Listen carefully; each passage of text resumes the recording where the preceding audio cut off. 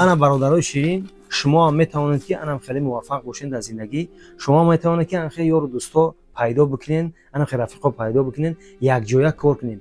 پیش از همه اگر تو رفیق نغز پیدا بکنی، اول خودت نغز باش. بله. هر جایی که باشی اول خودت لقمت حلال کو، بله. دروغ نگو، کینه نورز، بخیلی نکو. بله. ان شاء الله میگه که کینه از سینه بدر کن ای پسر، زی آتش دوزخ حذر کن ای پسر.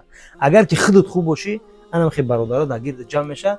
ان شاء الله در 6 ماه نه، در 2 ماه ان شاء الله موفق میشید. ان شاء الله. با هم خاطر در آخر برنامه از همه شما باز هم خواهش میکنم که یا لایک یا کامنت را بنویسین. موفقیت پیشایی برادرها در همین نوار در دیگر نفرها برسه و اون نفرهایی که میخواهند که انم خیلی موفق شوند در زندگی، در کاری وزنی نو میخواهند کاری سبک گذارن، ان شاء الله که به نام خدا سر کنند، ان شاء الله همش خوب میشود.